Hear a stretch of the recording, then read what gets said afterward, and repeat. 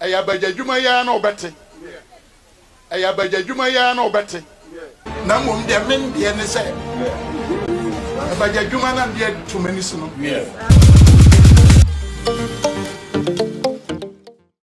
Abusiafo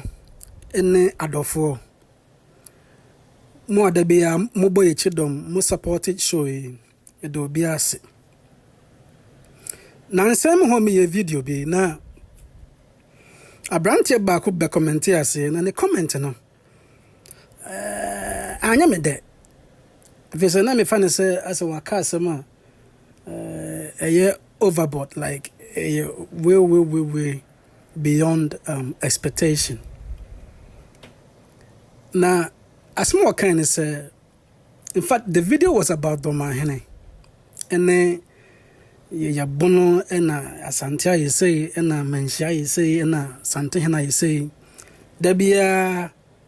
omo ka menshia sem. The video was about that, and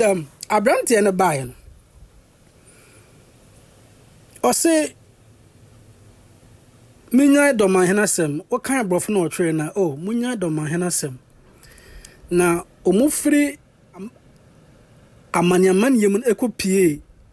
wamfie a wamfo no mo ba betina ye no a na ye fra ho wampam no domafo nchipa na so modin pa de wampam no koso mkotena wam ne pam wamfiefo no esai ehwe mo se ene ma bade amontena ha na ya na maprapra ahase kakra mai because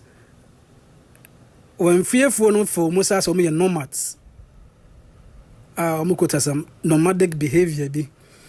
nto omuye ne se emomba bi atena emomomo na maprapra ha enti sa prapra na akoye sasa aidi doma panyine bi echi na Dormaahene bi echi so the mekan abrante in the comment no mantias ya besinde kopem say me chance on this video Berekum Krontihene can be fast pra ne me pie me kasa social media by force ne me kan santiasem ne asantehena you say no efe na ma ase twi ma adwene se bibi so amamate bibi ase momientiasema Berekum Krontihene aka anase okan Azeba kwa sebi so metu da na Dormaahene fo say. Ohine ko social media too much enye. Social media na Dormaahene de nam no ese otumfuo gu Berekum fo ani. Sa na tie. Ye ka so obi asante a. In language say the question of language there it has got nothing na me can catch say. Togo was a German protestant but omaka German ho. The language no the bottom line say CPB, the creative brown region. Now, I Western Ashanti. Now, the sad Western Ashanti there. No, you're Ashanti for. Didn't you know brown who created the brown? Ukwa kwapim says a creative Eastern region. A kwapim for Achimo, Krobo, a whole lot of them. Oh, and no say language now can to sanity. Uko voter ohine de oye bibia slash bia be ma ekodo do slash cemetery acheri omudido wi e pe no na me ko grace occasion no na mum yenye bibi se da bia na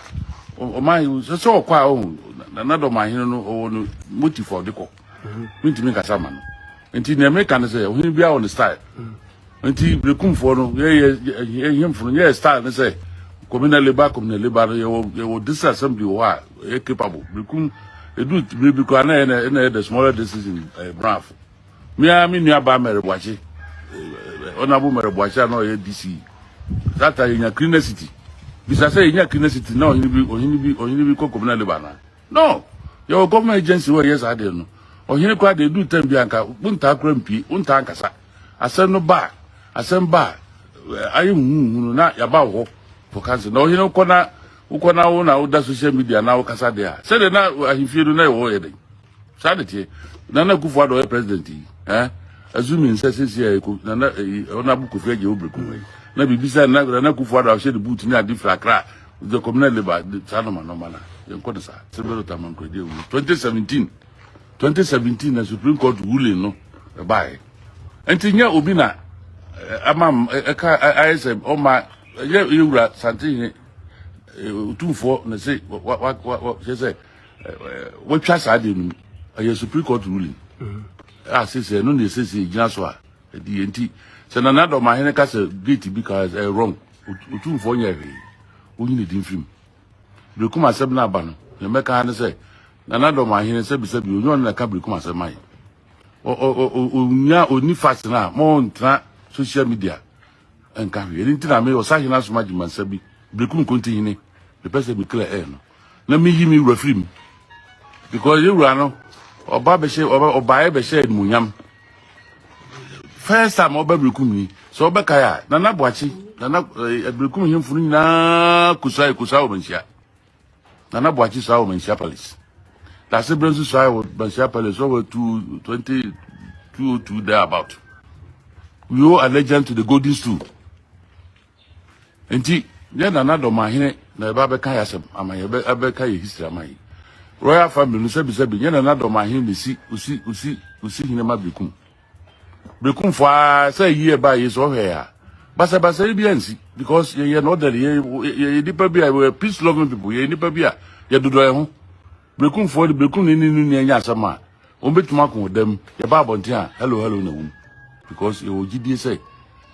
adia na Dormaahene de nam social media edugu otumfuo ewura ho fi no ye ne kwaso because they say wakama atunkrofo bi asum say ewura otumfuo na wa close to 3 gates just say adishikuo no wa close bi ensa no no ade de tumi odo ade de tumi ama ba ko penya sa na tie e Supreme Court ruling the highest court of the land the this say Berekum no say beside judgment require no Supreme Court ya wapa ena o mas o numpo na ma judgment no ye no ti bisra no on fa otumfuo ma Berekum sanyu otumfuo yura wa be shed munyam se otumfuo yura ba ba yi se o Berekum street last na di nyina ya penti down ne ade munyam a wa shed no nkro bebre nya sa de no nti se be gina fidie so gina Berekum nam apa bi yura chew say bibi say koso nti na me yes press conference bibi say koso a Berekum Krontihene Krontihene me Krontihene osahene asomaje mansabi am tosu mienu am ye Berekum Krontihene sa yes na sehene na me gina Berekum ma na me pa bi yura chew say asem na de social media na Dormaahene kan sebi nya na Dormaahene de kai sorry chere abakoso chere